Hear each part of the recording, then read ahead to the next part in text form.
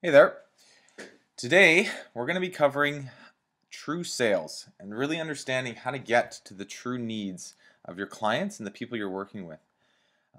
This is very extremely important topic. I think it is one of the cornerstones of business, understanding sales on a real level, and can really change the way you enjoy what you do and also change obviously the results that you're getting. This goes even deeper than just your business. When I look at the recession and I look at the highs and lows that the economy goes through, I look at how much stuff that people buy and consume and go through that a lot of times they don't need. But through media and sales and all these other things, society has somehow told us that we need them. And we've created a ton of debt because of it. And when I look at true sales, when I really look at the difference between sales and true sales, understanding true needs, the difference is you're getting people what they need, not just what they want. And it takes greed out of the equation and it puts the personal element right into it. But what do they truly need in their lives?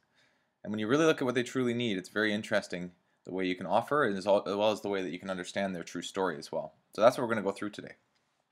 So my biggest purpose is that all of us understand the importance of helping others through sales. It really is more of an act of helping. And that we're able to identify true needs in people. And ultimately, there's a set process to do that, but that we know the process to basically get down to the true needs of the people that we work with. Because if we don't take time to go through this process, we can often miss and just go after what we're trying to sell them and miss the point. So let's jump into it. So the first thing I'm going to go through is I'm going to give you a bit of a story of where some of this comes from. It actually comes from a history of doing a ton of interviews. I used to be in a position where I do probably about 1,000 interviews a year. And some of those interviews were 5 minutes long, some of those interviews were 6 hours long.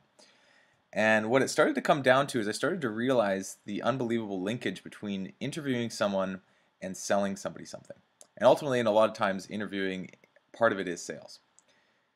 And what it really, the thing that dawned on me was that how intricate you can become in understanding someone's life situation and how much detail you can really get, so that when you're offering them something or you're offering them a job per se, you know exactly what their needs are, you know exactly what you're going to want to do when you work with them, and you can really take the time to understand their true story so that you can give them truly the best position, the best fit for them, get them on the right seat of the bus. And when that dawned on me, everything changed. So I went from selling franchises where I was hiring actually people to run franchises to actually really understanding and placing people in the right positions in their lives. Sometimes it was with me running a franchise, sometimes it was completely different things. But it didn't come quick.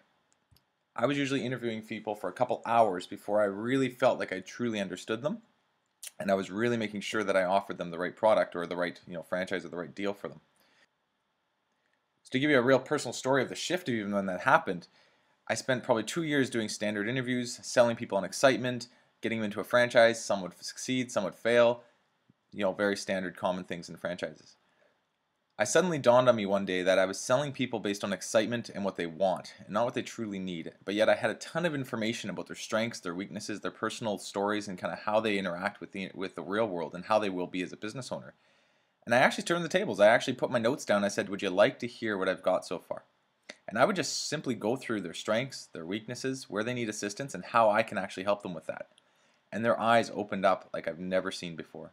They suddenly realized that I understood everything about them and I understood how to get them there, and I was confident in my ability to do that. I didn't have to sell myself because I proved what I was capable of, and I didn't have to get them excited because they already knew the value of what I was offering. But it was after I understood their true story that I could really do that with them. So this sales psychology I'm going to go through with you is going to walk you through what that even kind of looks like. Some of you may have seen something like this in the past, but I bet you very few of us use this on a regular basis. So it's a great refresher for some of us, and it could be a very new concept and very new idea for some of the other people watching this today. Okay, so let's take a look at these steps. So our first step is very common. In any sales process, you want to get to know who you're working with.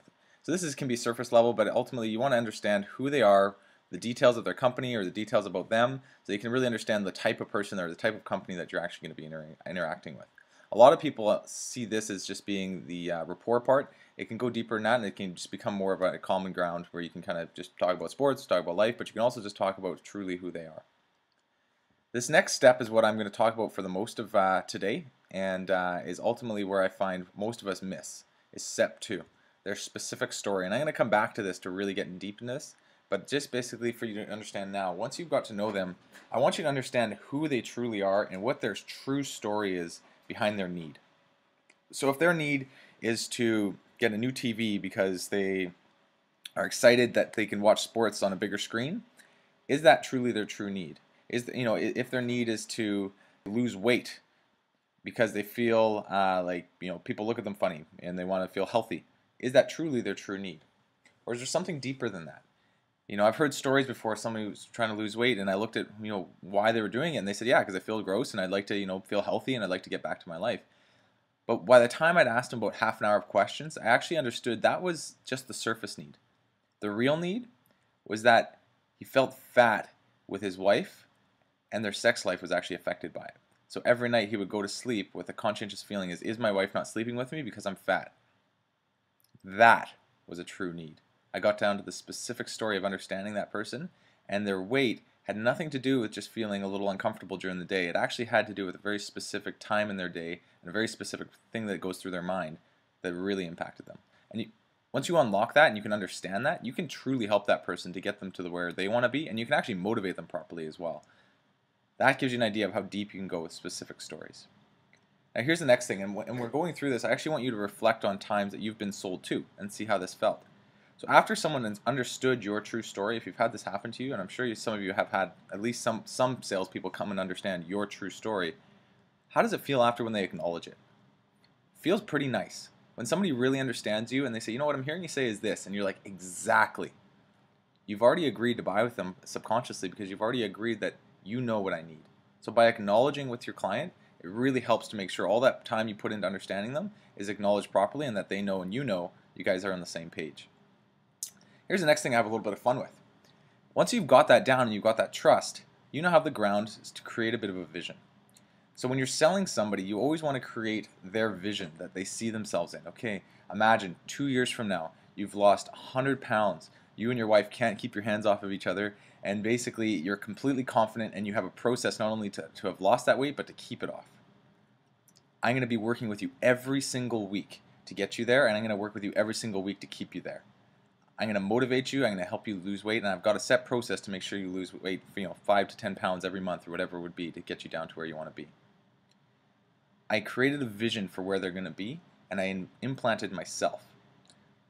It's extremely important that you show them the vision that you've created based on what you've heard from their specific story, and you show them the results with you being there. Paint that picture, but paint it with you in it, so they can't see it without you. Next thing is agreement. So before I go through the price or anything, I just want to make sure, is this something that sounds like something you'd like to see in your future? Does this sound like something you'd like to do? I get preliminary agreement to get them starting to agree with me, because actually the price at the end of the day is totally irrelevant in the presence of value. If I've created real value and they've agreed with me that that is truly what they want, a lot of times the price is just a technicality and very rarely can be an objection once you've gone through this properly. So I've got an agreement with them, great. So the price is this. So this is what we charge monthly to work with you, and this is what we're going to do to get all those things we just talked about. Now here's where a lot of entrepreneurs miss. You go through the price and it's like, okay, so I guess we'll talk later. Or they'll say, okay, great, can we think about it? But you have to ask. So would you like to go with us? I'd love to work with you today. Just sign here and we can get started. Take action and get your clients to basically take action when they're with you, not later on. You've taken all the time to understand them and create that vision. Clients are like children. They need to be directed and led. You need to ask them on the spot for a commitment. Do not be afraid of this. And then at the end of the day, when it does happen that they do need to legitimately look into this further, maybe need to talk with a spouse or something legitimate has to happen before they can work with you, do a conditional close. And this again is where a lot of people miss. A conditional close is great. So as long as X is met, when we talk again, is there anything else that you would need to see? No? Okay, great. So let's talk on Friday at 2 o'clock. We'll write this down. We'll make a sub meeting. And let's go through all those things again and make sure that you're ready to go. And as long as X is met, will you have X met by then? Okay, great. So we'll talk on Friday, 2 o'clock, and we'll get your commitment once you've got X worked out. Perfect. Now you've worked through that one objection. You've let them know I'm coming to book the job at a specific time, a specific date, so we're not going to play phone tag forever. And you now have a task as a client to go and deal with before we talk again, not just la-di-da, twiddle your thumbs, and then tell me you still haven't thought about it enough later. Conditional close is extremely, extremely important. So that's it. That's the process. The most important thing that you can go through is step 2, and it's something that so few of us do. We often skip step 2 and just go right into creating a vision or a product and going through a bunch of features and benefits that have nothing to do with our client. If we take the time to do this, the rest of this just flows and comes naturally.